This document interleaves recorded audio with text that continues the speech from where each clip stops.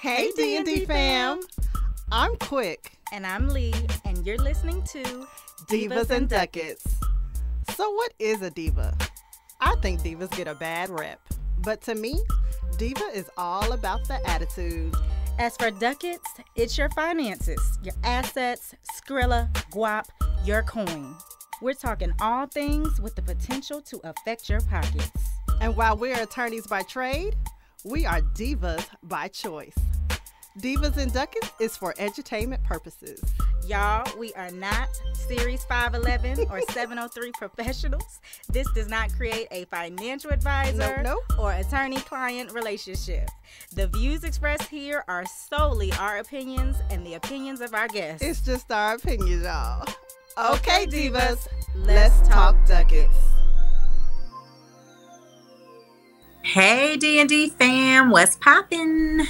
Hey, thank you for joining us again back here on Divas and Ducats. Hey family. Hello. So as you can see, I had to be out of town, but I will be back in effect with Quick very soon. Yes, miss you. The show had to continue. So real quick, what do we have going on that the people should attend? Look, so first weekend in October, we are going to be co-hosting the Black Wealth Summit in South Carolina. We definitely have that link in our bio. We're super excited. It's going to be a wealth of information related to finances, not they're just talking about a gamut of things. We're going to be talking about building businesses, how to continue generational wealth, how to even start, even if you're not on a generational wealth mindset and you're just trying to just get out of debt, we'll be talking about the whole gamut of things. So I'm super excited. It's going to be over 200 people in the building, like-minded, and I am just so excited to be part of the co-host for that. And there is if you're concerned about, COVID precautions, who knows where we'll be, there's also a virtual option. Right. So make sure you explore that. You get many of the same benefits, same wealth of knowledge, just from home or wherever you choose to be. So yeah, definitely check that. Yeah, because we don't, like you said, we don't know what COVID about to do, but there is that virtual options. You can buy the tickets. Please hit the link in our bio. There is a link for you to go directly there and purchase tickets. So what are we going to be discussing today? We're going to be tackling that degree cost. How much? Ooh, how much degree cost? Yes. So as y'all know, we are both attorneys by trade. So we do have those degrees that cost how much? But yes, we do have varying beliefs about education and the cost of degrees, when it comes to that. And just in our experiences and, what we're hearing and even our journeys to getting to the salaries that we have now, we know that in today's society, having a degree does not guarantee you a high salary, right? That's often what they preach to you or teach to you in middle school and high school, and also depending on what generation you come from, right? We have a lot of entrepreneurs in our generation now, in our age group, but for a lot of our parents, I will say in the 60s, 70s, that age group, because they came from a time where they could not go to college, right? Where they were prevented. A lot of our parents, and it's, crazy to say that, but a lot of our parents were those first generation of integration of schools, right? So it's not very far removed. So it was understandable why they pushed education and going to college and those things, because it was something that was denied to them. And then the thing, like you were saying, like first generation, there are people, especially if you think about, those of us who are part of Greek letter organizations, there were African Americans, people of color going to school. Right. That was seen as a luxury. Like generally the people who were going to college were from affluent families or families who could afford to, that was a luxury for lack of. Most people could not afford to do so. And then were in, if you were in the South, for example, in early 1900s, a lot of people were sharecropping, which is honestly a occupation where you continue to go into debt. Like every time you were trying to climb your way out of debt by growing crops, but then you had to pay for equipment, housing, like everything was nickel and dime, So like you said, it's crazy to think that, but yeah, your grandparents or even your parents many times are, if you're not yourself, first generation college. And because people back then, they worked physically, laborious jobs, a lot of times you wanted, that generation wanted their kids to go a little further, be able to do more. And so that was seen as a vehicle to not have to break your back for a paycheck, right? Yeah. So so I mean, and that is completely, like you said, understandable. In my household, my mom was the first person, in our family to go to college, so I'm a second generation college student, but me and my mom went to college at the same time. So it wasn't like, there was something to look back on and get all this experience from, because we were learning it at the same time, so it's just, I don't know, sometimes I just think about that, like you said, just crazy to think that it's so close to us. But in that, we definitely understand the push to go to college, right? To get that education, and in their mindset, that meant getting a good job. And again, in that generation, it did mean that, right? Yeah.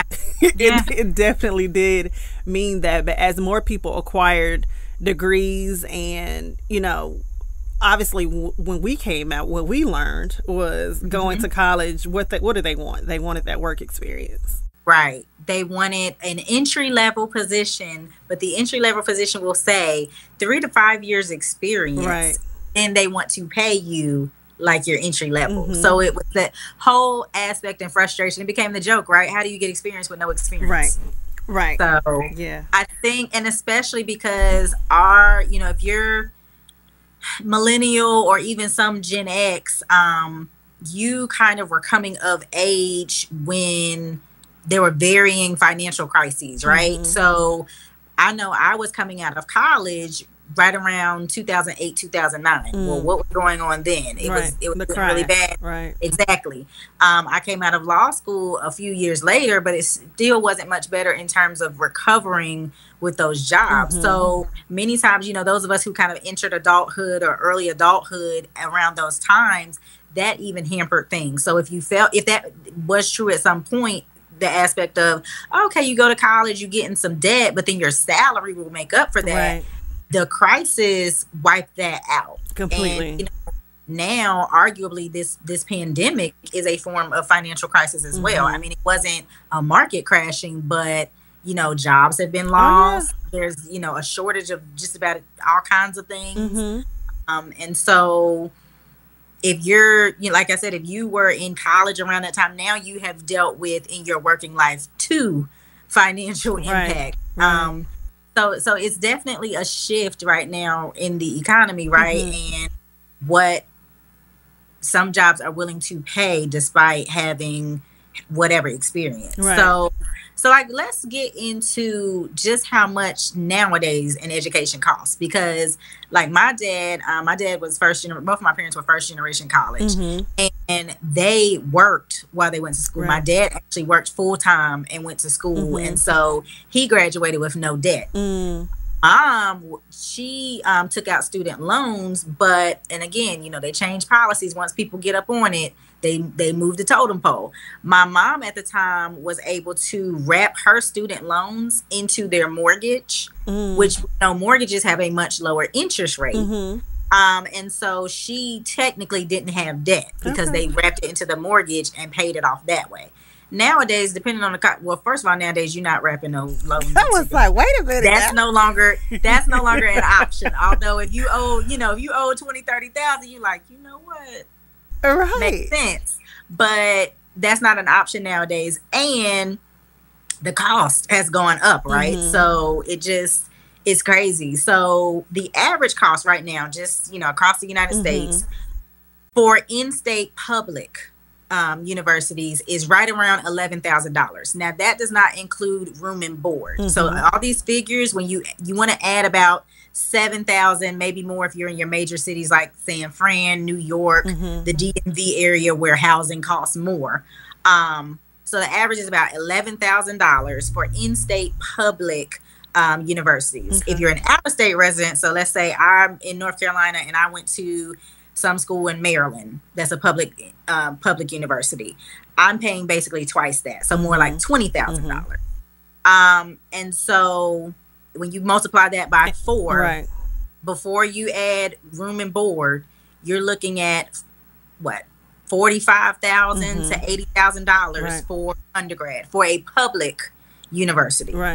Private universities per year are right around, before room and board, of course, right around $40,000 to $45,000 per year. So if you go to a private university, no kind of scholarships, you can easily come out owing $100,000, $120,000. Yeah. So yeah.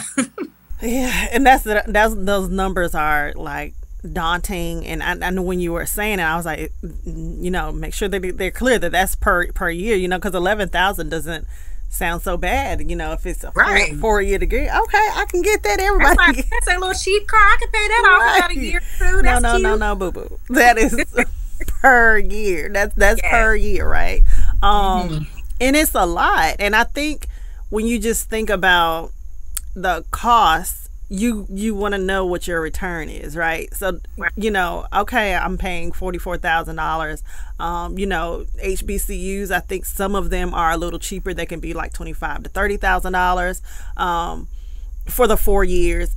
But you want to come out, you're hoping that the deal will be you come out with a job that pays you at least $25,000 to $30,000, $44,000 to $100,000, whatever that degree costs, that you're instantly going to get that return on that investment as soon as you step out the door, right? No experience, because you didn't spend 4 years in college. Where are you going to get this work experience from? Exactly. And then most people, undergrad, I did work a full-time job. And I came out early because, taking extra credit, just ambitious. But I was enjoy that. You're an adult with no responsibilities. That's the only time in life. I just told my niece, girl, work hard. Hear me. Work hard. Enjoy your college. But enjoy it. Yeah, for sure. And I mean, that's so real. That's a whole nother story for my life. But when I did, work, even though that was work experience, it wasn't experience in my field, right? So, I worked a full-time job and it paid some bills, but it was not work experience in my business degree. So, even for those that are working, unless you can get some really great internships during that undergrad time, most of the time when you come out with that work experience, it's not going to be related and can't be used on that resume for work experience. That could be used to teach that employer that you're responsible, to show that you had good work ethic, but it still might not be in the position to get you the job that would pay that salary. And to be honest, if you think about it, depending on your, field of study, most of the times you need the jobs that are more flexible, right? Your retail, your server jobs, things like that for college. For sure. Especially if you even have time. So the fields we tend to think of as high paying, like your medical fields and whatnot, they got so many classes and labs and chemistries. I don't know when you have time really to work a job, right? Or at least not some kind of unpaid situation out, as a part of your studies.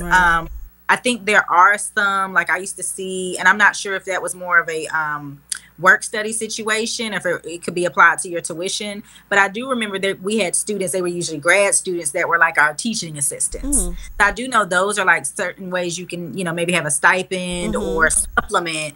But again, a lot of academic tracks are rigorous, right? So you have to kind of balance that time versus what you're here for, right? To study. So I think that unfortunately the cost of tuition has gone up so much that even if you do work right now, unless you were a part-time student, maybe it's really not fiscally, I don't see a way to actually pay for school while working. Like parents, there are people in my parents' generation that say like, yeah, I worked full time as a server and I paid my way through college. And I'm like, how? So I don't like, it's tough. So it is tough. And I mean, it's just a different beast. Cause again, in law school, I took a non-traditional route. I went to an evening program. I wasn't in a day program. So during the day I worked at IBM. And I still, worked a full-time job while I was in law school, and I'm going to tell you, it was hard as hell, but I did do it. But again, I did it because I had an evening track. Now, if I had been full-time during the day, like most law students are, and going 3 years, I went 4 years. It would have been a completely different story, but I do understand it, because there are a lot of working parents that were in that evening program. I was kind of the unicorn in the evening program, because that's usually what it was made for, is working parents. So, I mean, people do it, but again, I think also it goes to the whole, you hear it now, and I will say that I believe that it to be true, that if you choose to go to college, those are going to be some of the best years of your life, right? I wouldn't necessarily recommend that if my child decided to go to college, that he needed to work through college, if I'm able to do that, because I do think there was an experience there that I did not get because I worked so hard while I was in college, but again, coming out of it, there's also debt that I don't have that other people have. So I mean, it's just a weighing of the balance of the things. But regardless, I still didn't come out of law school or undergrad going straight into the field that I wanted. Right. It's definitely a trade-off, right? Because I say, because I think there's something about, first of all, your 20s are like the wildest and most lesson-ridden time of your life. Right. So I won't say you're not, your college is done, you're not gonna have any more fun, because eventually when you become a little more fiscally, less fiscally challenged than you probably are in college, you do have certain experiences that are this is nice. I don't have to share a hotel room with 6 people. But it's the best from the aspect of, like I said, you're an adult, but you don't have those for the most part, you don't have those adult responsibilities, that adult electricity bill, that adult mortgage or rent. I mean, you have roommates, but it's a fun time. It's the only time where you'll sit up on a Tuesday night and random things will happen. You might end up on a whole different campus. You're not doing that on a Tuesday night at 35. No, you're just not going to work in the morning. I got to be in bed by 9:30. Exactly. So from that aspect, it is, I am an advocate of, if you go to college, to have that student experience. But I think, there's varying views on, that's why people are pushing making education, or at least community college education, free, right? Because the debt burden right now is a part of the reason that so I'm a millennial, and that gets varying reactions from varying people. It is what it is. We are the first generation that is poorer than the generation before us in a really long time. Typically, as we talk about building generational wealth, each generation positions the next generation to do just a little bit better, and so on and so on. Well, my generation, because we have all this student debt and all these, economic crises we've dealt with, many of us cannot afford one of the main vehicles for generational wealth, which is home ownership. I think they're making some changes, because I know, just full transparency, I had a hard time, and I had a decent job and credit score and all of that, getting approved to buy a home, because they were using my student loans, making it look like my DTI the ratio was off. Right. So the way that they were calculating my debt to income was based on a repayment plan that I didn't even have. Right. So, just to get into that, after you go to school, you graduate, congratulations, celebrate, you're going to get a letter, and they tell you, you got 6 months to figure it out, and we're going to send this first bill. Right. So right now they have done a little better. They had your traditional 10-year payment. Now, if you owe $20,000, $30,000, a 10-year payment might be very manageable. Okay, that's what, $2,000 a year. I can make it. But when you owe 100, 150, 200,000, it's a mortgage. Exactly. You're now having to pay to live somewhere, and pay that price twice, essentially, in your student loans under that traditional payment. So now they've rolled out a number of repayment plans, and I would implore you, if you do have student loans, to definitely contact your lender and see what's available if you're struggling. One of the main ones that people tend to use is the just pay by income or income-based plan. And so what that plan does is they look at essentially you send your taxes in, tax return in every year, and it looks at your not only your family size, but your income to determine what you should be paying. Okay. So someone making $50,000 and it's just them will be paying a little bit more than someone who makes $50,000 and they have 2 children. Right. Because essentially, you know, your household that's going to stretch you thinner to pay the same price as a person who doesn't have children. And so there are varying plans, but it just really continues to be a struggle for a lot of people who, again, a lot of us were probably disillusioned and felt like, okay, I was told go to school, get a good education, get this great high paying job, and that's not what's happening. Right. I think we discussed in that episode where we talked about that 6-figure income that most people actually, at least in the United States, earn less than $70,000. I think it actually falls in between about 30 to 50, depending on what you're doing. So when you take that figure of, okay, I went to, let's say I stayed in state and went to a 4-year institution. If I owe 50, 60,000 after room and board and everything, because most people do borrow enough for room and board so they don't have to work. Right. But I'm coming out to a position making 40,000. It's going to be a while before I can catch up or even feel like I caught up, because again, now the bills have come. I still have to pay to live. I still have to eat, etc. So I definitely think it's something that we have to try to mitigate, and even for some, explore different options. If you're already kind of like, I don't really know if I want to do the college thing, right? So let's kind of shift to that. We know the problem. We know nowadays that, you know, education doesn't necessarily get you that, you know, tremendous income. It doesn't necessarily put you in a financial position in life where you feel like you really got ahead.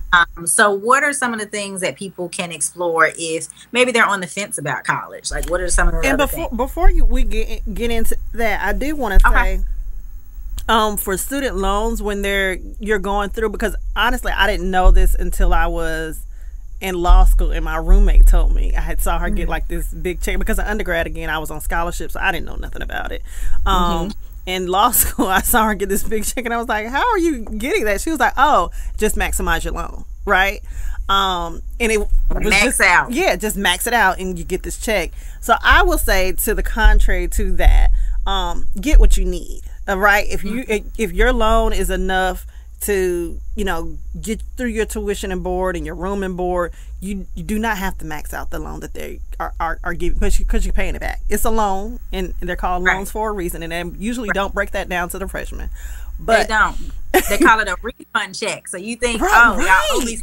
You owe me, right? So I would just say that real quick, like, don't max out if you don't have to max out. Now, for those people that are on the fence, and you know, I always say, like, college is not for everyone, and a lot of times you could see that while a child is going into school, right? Like, if they are, I don't know, that just disinterested in school, they are not getting the best grades. Like, I don't feel like you should set your child up for failure because you have it in your heart that your child has to go to school.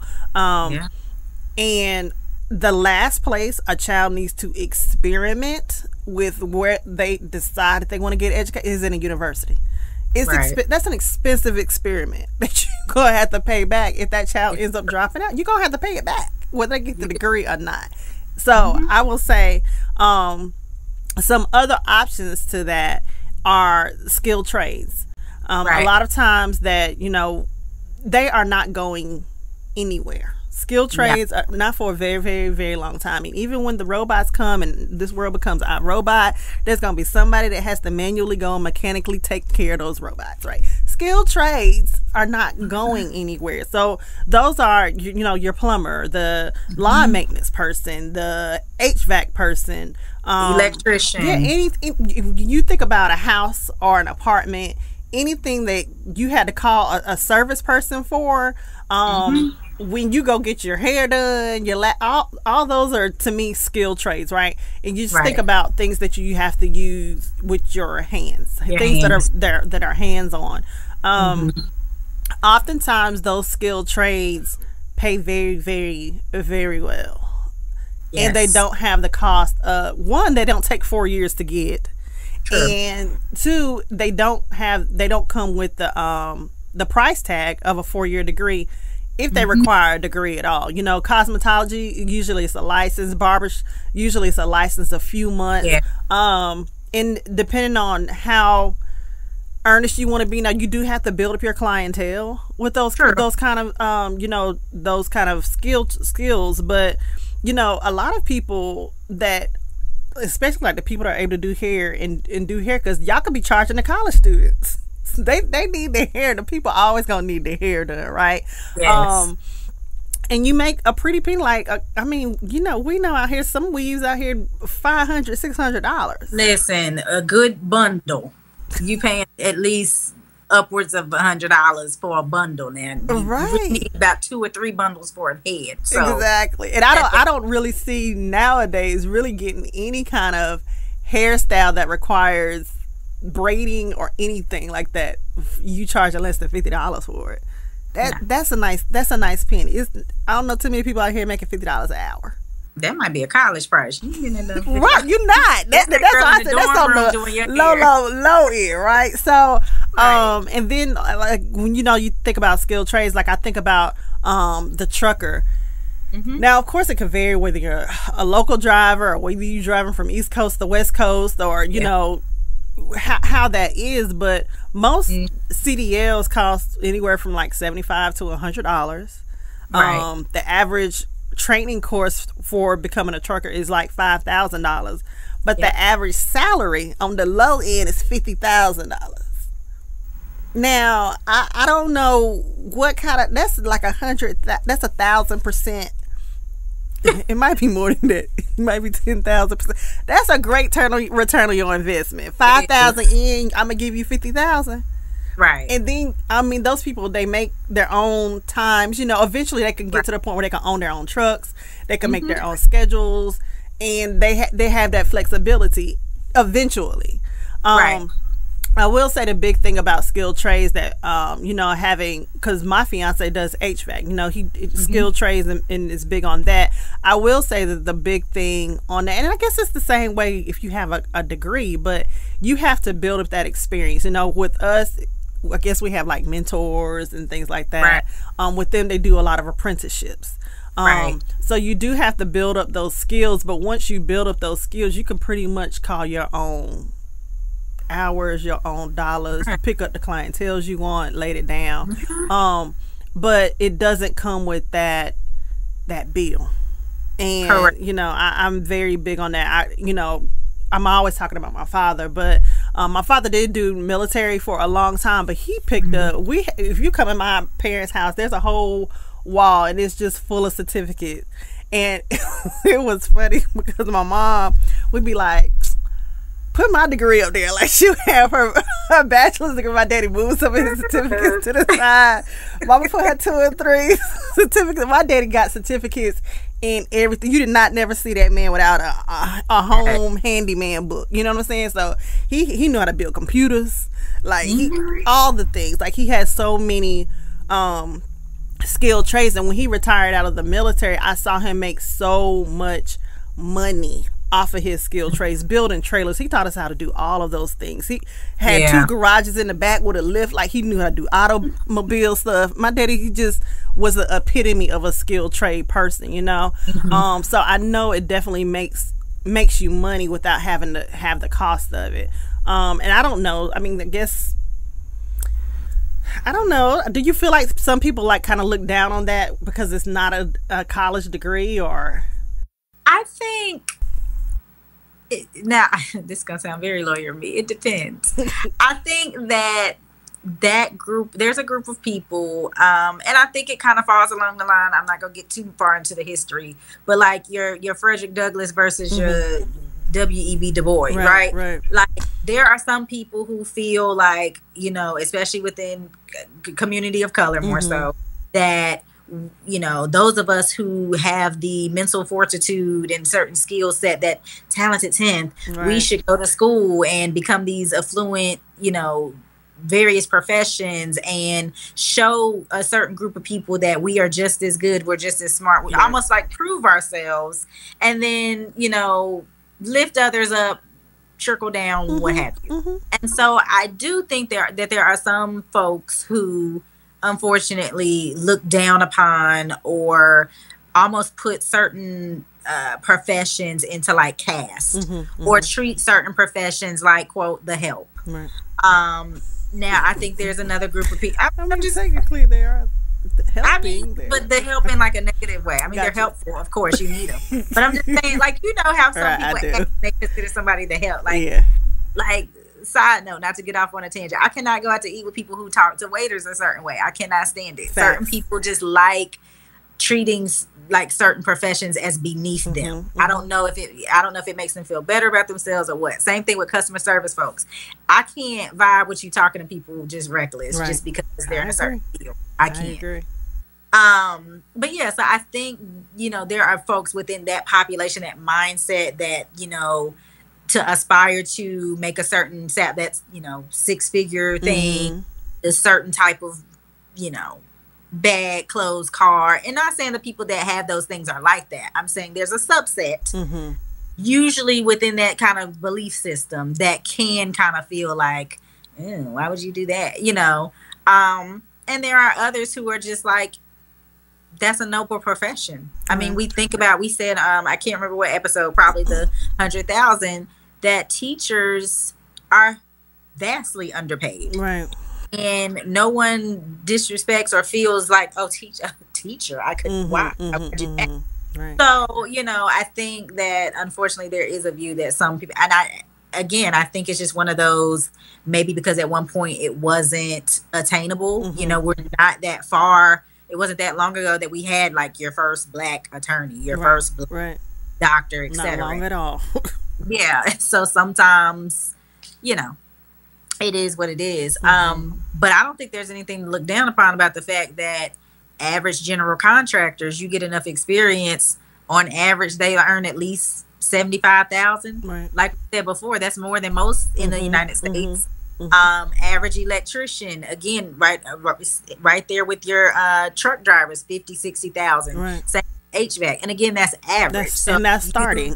Right. So if you are in, you know, unless you work certain times, if you work for certain companies, they might have you hourly. So you might not, again, you might have to climb the rungs for these like major HVAC companies, etc. If you're, like you said, you're out on your own and you're securing contracts. I don't know that we've talked about it, but in governmental contracts, they're mandated to preserve or allocate a certain amount of contracts to your women-owned businesses, your minority-owned businesses. So if you think about it, if you're out here, you're a general contractor, you're minority-owned, you are already eligible. Speaking of that, make sure to what she's saying, in order to get those contracts, you do have to file for a certification for that. So if you are out here as a minority-owned business, a woman-owned business, a veteran, please, please, please, it is very easy to go get you a DUNS number and to file for that certification, and fill out that application. It may take you a few hours to do so,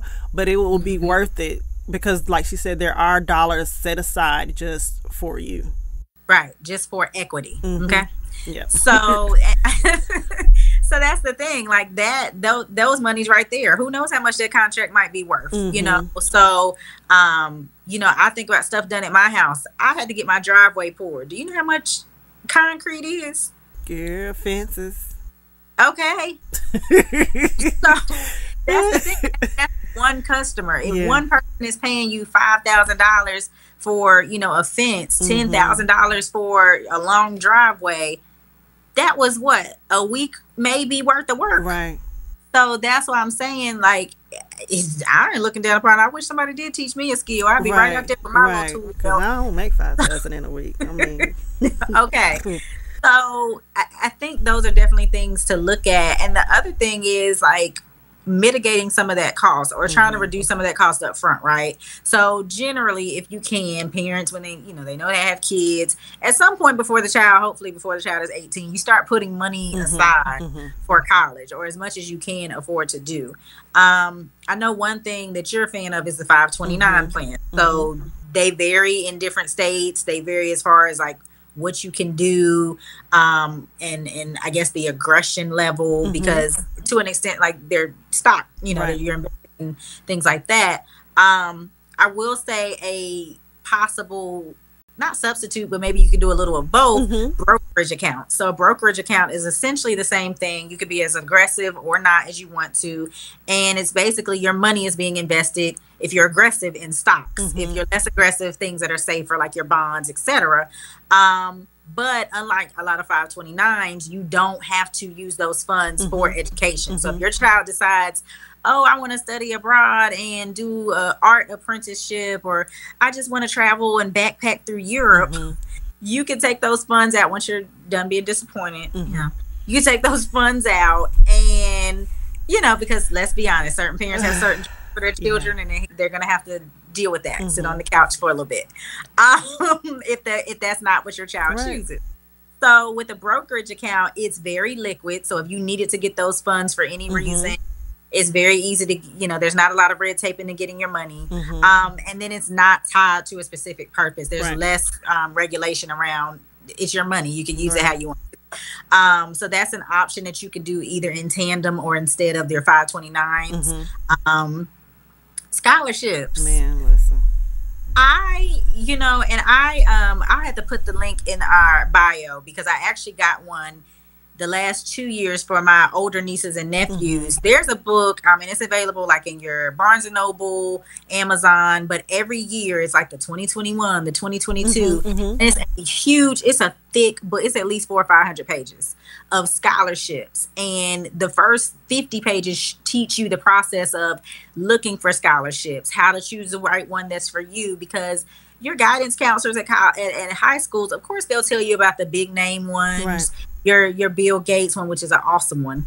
But, there's also lesser known scholarships. There are literally scholarships for being left-handed. There's scholarships for, if you play chess. So there's scholarships for being legacy at a certain college. Right. So definitely those books, I want to say that book was maybe $30. Start looking into books like that and applying. Some of those scholarships are as easy as filling out an application. Some of them require an essay, but usually they're not long. Definitely take advantage of that, because that's what a $30 investment, but there's thousands of dollars in that book. And I say, I think when people think scholarship, they think of, oh, this person got a full ride, or oh, this person got a partial ride. But the thing is, you can piecemeal scholarships. It don't matter how much the scholarship is. That's $500, $1,000 less that you have to pay. So I would, even while your student is in school, there's scholarships for kids that are already in undergrad or even grad school, because unfortunately our society doesn't always respect just your undergrad degree, depending on your field of study. They want you to go get some more debt, go to the grad. Keep going. Just keep going. So that would be the thing too, like that if you're it doesn't matter if you're a parent or you or yourself are in a sorority or fraternity. Most of them, a lot of them have scholarship monies that they give out every year. You can apply. And so, like I said, you think, oh, that $1,000, $2,000, oh, that's not really making a dent. If you get $5, $10, $15, $2,000 scholarships every year, you are chunking away at that average of what? Basically $20,000 room and board. Yeah. And I think that is such an important point, because I think sometimes we see these, news articles or informationals where you see somebody, oh, they amassed $427,000 in scholarships, right?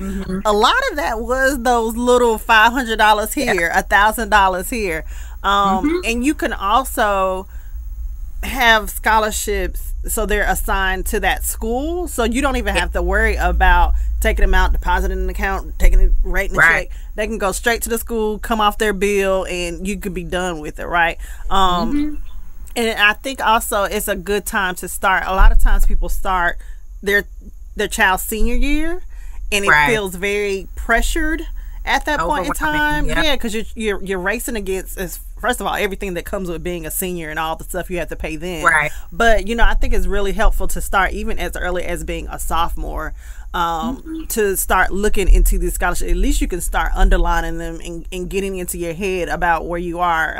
Applying to college, I think you were saying it, like there's this link, or I think you were saying it was like a business that you go and apply to just that business, and it sends it out to multiple locations to help you apply. So you're not submitting all these different applications for college. So I think there are a lot of tools that you can use to help try to minimize college when it comes to like scholarships and grants, right? Even coming down to what do you want to study? STEM? Man. If your child is good in math and science, and they actually like math and science, because once they started putting letters in my math, it was over for me. So, but if your baby can do it and they like to do it, there are so many they write their own opportunities for STEM professions. Yes. Like that's everything from computer science, the folks who build these robots. Yes. Mathematicians, all of that. They need y'all. They need y'all, and they will pay. They will pay for it. They will. You also talking about. I mean, I kind of mentioned it, like, you know, going to university is not necessarily the place where you want to try to figure things out, but also community colleges are a great way to cut costs.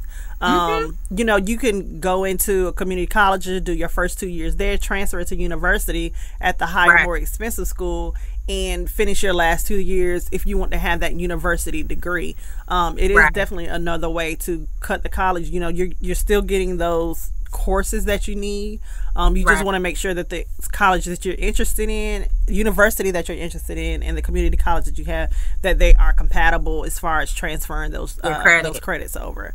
And I know, at least in North Carolina, a good deal of the community colleges have this situation set up where after your 2 years, they will, obviously you have to have the grades. I'm not saying flunk out and then apply, but they will, at your like North Carolina schools, so like your UNCG, UNCC, etc., they will take or honor those credits in some way when you go to for the 4 year. And the other thing is, while you're in high school, a way to cut off some of that possible debt is I think they put you on varying tracks, like they kind of your guidance will ask you, what are you interested in? You want to go to school?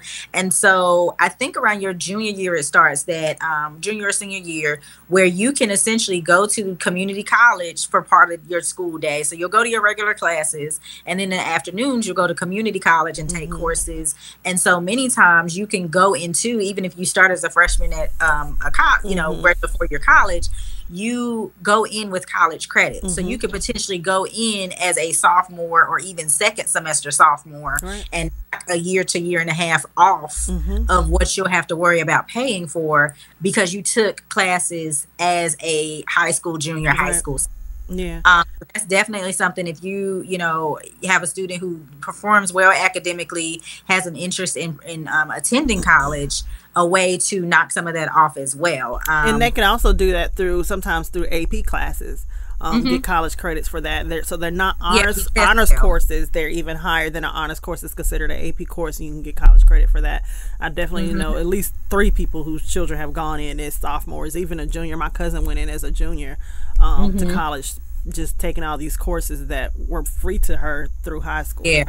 Now, to that I will say, you might want to get a little too, because you got to test well in those. The AP class, you get credit, but at the end you have to score you have to obtain a certain score to get college credit. But definitely a freeway to knock some of those. And then one of the other things is, and it might be just a thing that saves time for some of the ones that are interested in like your STEM professions or your medical professions. And it was a lesson that I learned the hard way. Like I said, the joke at Chapel Hill used to be like, everyone goes in a biology major till you take it. So got out.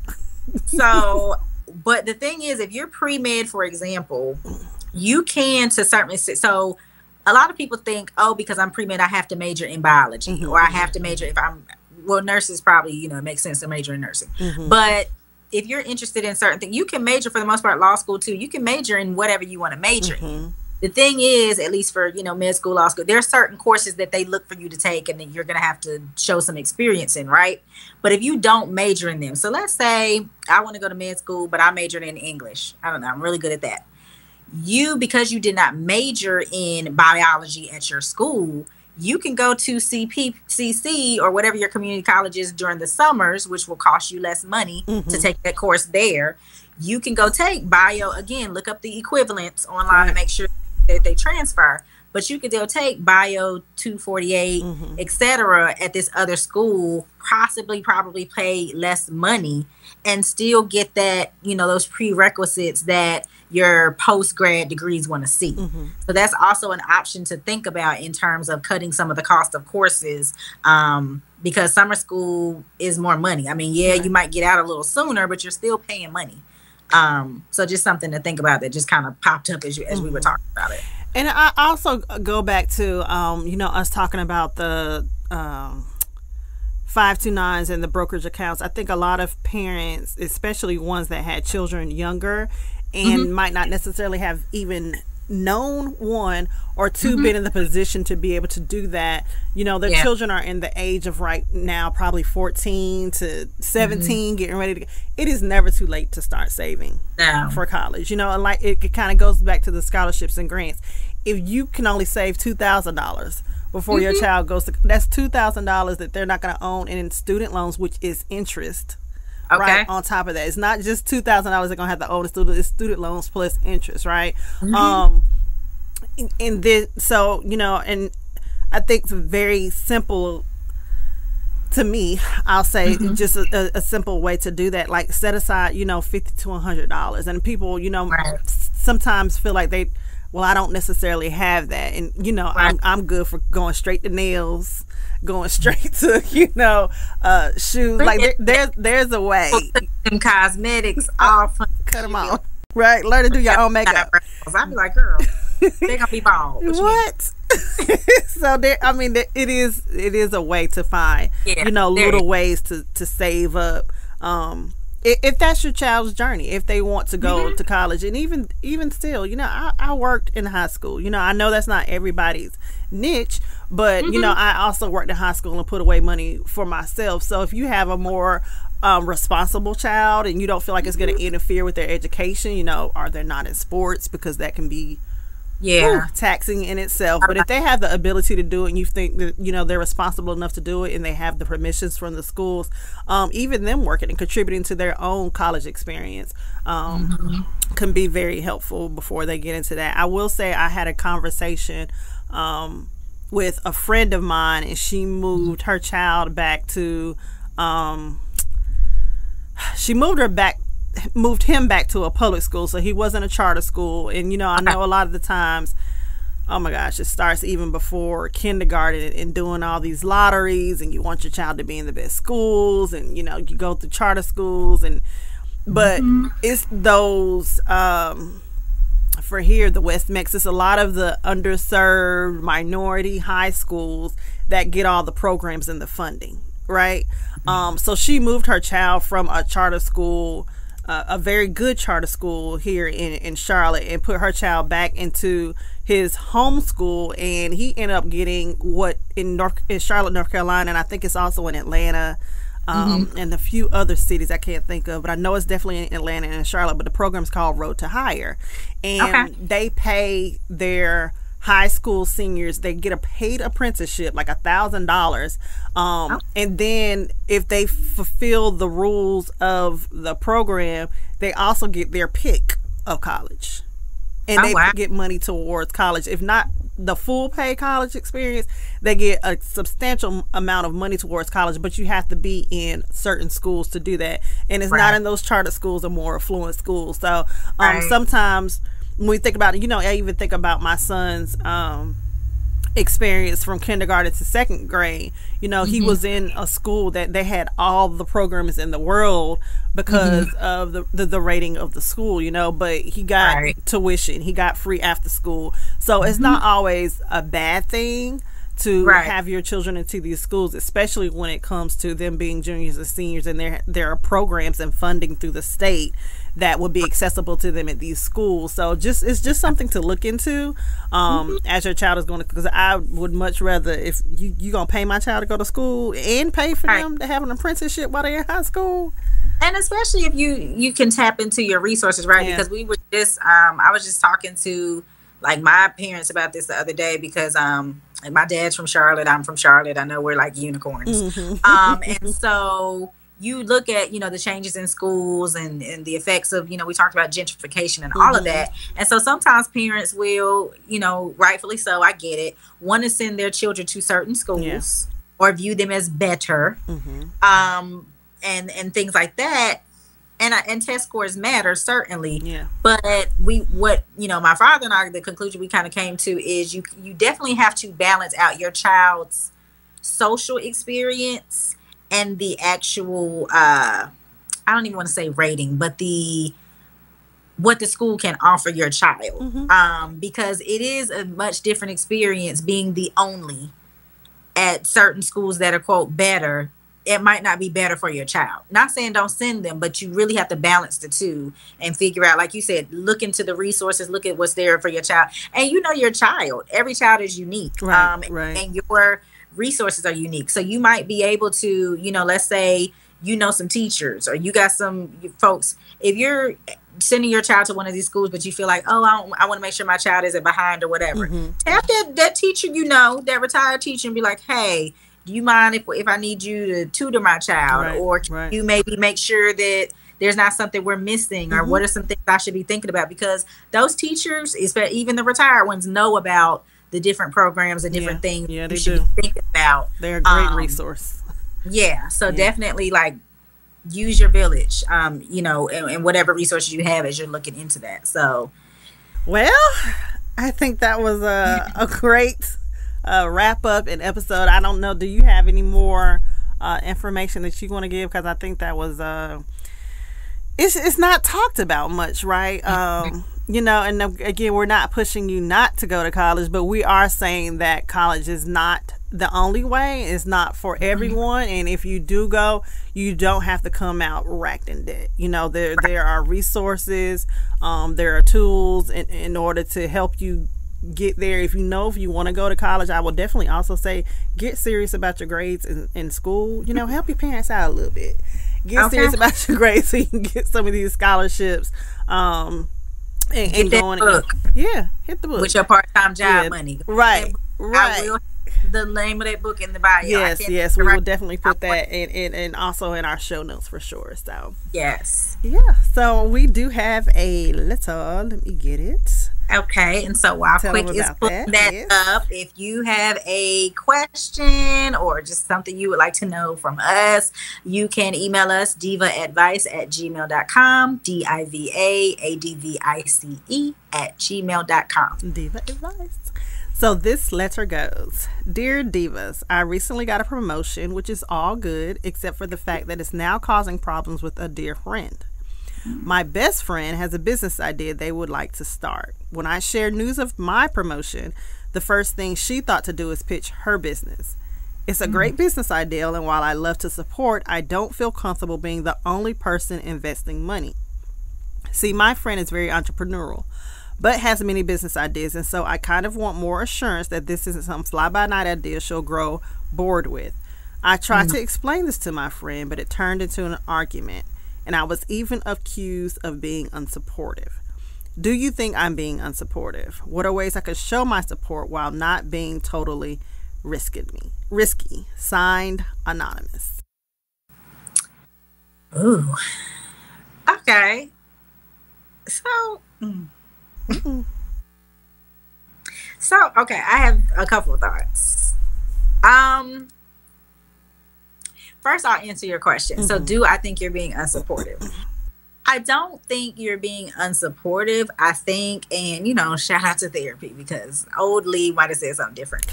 But I would challenge you and your friend to think about and discuss, what does support look like? What does support mean to you? Because sometimes, and Quick and I say it all the time, even with our own ventures, even with our Divas and Ducats venture, right? Your friends are not necessarily your clients, and that's okay. It doesn't mean they're not supportive. Support can be as simple as sharing. Support can be as simple as liking, right. Comment, getting the word out. So I think that really has to be the first conversation. What does supporting me look like? I'm the type of person, even if it's not for me, if my friend did something, you sell candles, boo, I'm gonna buy some candles. Right. Or I'm gonna, sign up for a little yoga membership and drop by or something. Good for that. You know, like that's me, but everyone may not be in position to do so. It might not be their style, and that's okay. So again, that would be the first thing. I don't feel like you're being unsupportive necessarily, because I haven't heard anything like you saying, "Girl, another business." Ooh, like the last one.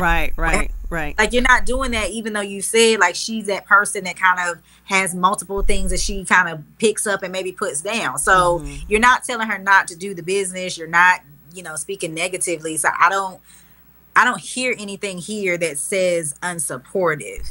I'll answer your second question before I get to my point, like the thing that stood out to me. But the other thing is, what do you feel is risky? So, okay, you said something about you don't want to be the only person investing. Well, maybe that's a possibility, is to say to your friend, like, yo, I would love to support, but I would like to go in with a group of people to feel like my investment is a little safer, to feel like there's a little bit more of a nest egg. I'm just picking a number, for example. If you need 10,000, like, girl, I'm cool with 2 or 3, but like, let's see if we could get you a few investors, or even, be a little angel investor if you feel like doing it. If you want to be less risky, be like, okay, so I really need to see a business plan. Because it's your money, right? So people should come correct. And with these angel investors, or you see on the Shark Tank, they own a part of that business. So maybe you can even, if you want to actually invest in this business, I'm not telling you to do it. But if you see a business plan and this is actually a good business idea, then maybe say, okay, let's do some paperwork, and this is my ownership and my percentage. So that's the way to cushion your money and make sure that this person is actually doing the things and following through with the steps that need to be taken, right?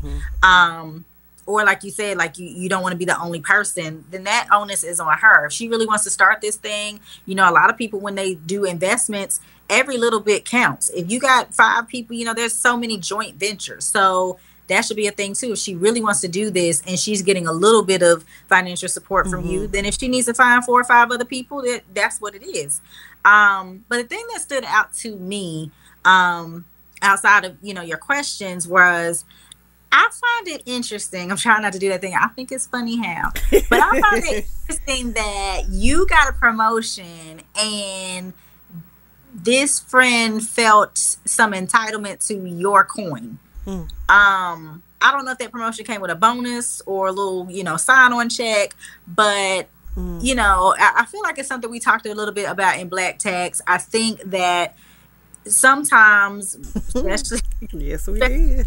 Community, especially like a lot of us are in this sandwich generation where we're taking care of kids and then parents, and life is what it is. People make various decisions, or life circumstances happen that finances are tight. But there's also boundaries, right? And so I would never say see someone destitute or whatever, but I'm also not going to say to risk making yourself destitute to help someone who is in position to help themselves. So I really don't understand why your promotion meant this friend's come up or this friend's business seed money. I'm wondering, and these are resources that you can share with your friend. I'm wondering that this friend talked to folks at like the SBA or SCORE or these varying places where they can maybe get some funds or some grants. That part just kind of rubs me a little wrong. I don't know. That's just me. Okay. So, I guess piggybacking off the last part, I didn't necessarily think about it that way, but once you said it, I went back and she was like, it's causing problems. So maybe the way that it was said, it did make her feel a kind of way, like you're saying, like she felt kind of like, oh girl, congratulations, now you can invest in my business. Like it could have been something like that for her to feel like it caused some kind of problems. And yeah, that's a good question, that entitlement piece. And for those of you who have not, I definitely will suggest that you go back and listen to our episode, The Black Tax. And for those who don't know what a black tax is basically when someone does come up in a job, and like she was saying, you're now responsible. There's some kind of moral responsibility that your coins have to go back and feed into your family, into your community, into anybody that helped you come up. It's a really, really great episode, so I would suggest that you listen to that. Plug. So I will say this, as far as her having many business ideas, right? Where did the other businesses go? I think history is an indicator a lot of times of future dealings, right? And you cannot ignore those things. And especially in business, right? Like if she has a lot of business ideas, they're not taking off the ground. No, you don't necessarily have to say that, because she knows these things, right? You don't necessarily have to bring that up into her face. But I will say 2 words: equity injection, right? This is what the banks are usually looking at, especially the SBA, when they are going to give you a loan. What have you invested in yourself? I am not going to go into your business idea and invest more in your business than you're willing to put in yourself, right? Because that loss becomes a part. It becomes a part of me, right? Like you said, they want to have skin in the game. Yeah, they want you to have skin in the game. So if she is, it could be the greatest business idea in the world, but the only thing that she's done on this business idea is bring it out her head. No. You can't have my pennies, because I work hard for my pennies, and I work hard for this promotion, right? Okay. Now we can develop this business plan. I can do a lot of things to help you get this business running before I put coins into it, right? So yeah, you just have to have some skin in the game before you can come to me and ask me for my ducats. That's just is what it is. And I have to be able to see your other businesses. Are they thriving? If they didn't thrive, why didn't they thrive? Did you learn something from, like, there's gonna be a whole discussion. And if that's not something that you want to deal with, then that is fine. You don't have to have my ducats. And hey, we can still be friends, right? But I just don't give over money without questions. I'm just not that person. So that's what I'll say to it. I don't necessarily think you don't need to invest into her business, but I do think that you need to take the history of what she does, how far is she along into this new business idea, and see, are there other ways that you can help her, or maybe connecting her to other people that can invest into her business. Like, you don't necessarily, like you said, sometimes it might just be a like, sometimes it might be a share, promoting. Like, you can help her in other ways than the money, but she asks you specifically for money as part of your promotion and part of the business. So you're entitled to ask questions. And if she just ends up popping off, and to me that's a red flag, and you shouldn't ignore it. Not with your money. So what about your friend? hope y'all stay friends. Let us know how this business venture went. You know what I'm saying? Maybe we can, in a future episode, promote her as a boss bae. So so we hope you have enjoyed this episode. Lee, it's been good doing what we do together again. And tell us where they can find us. You can find us on Facebook and Instagram. We are Divas and Ducats. You can find us online, divasandducats.com. And on YouTube, Lord, like and subscribe. You're watching us. Why haven't you done it? Yes. So yes, we are on the things under Divas and Ducats. Like, Google subscribe, us. Right? Google us. Like, subscribe, follow, and share. So in the meantime, in between time. All right, bye. Bye.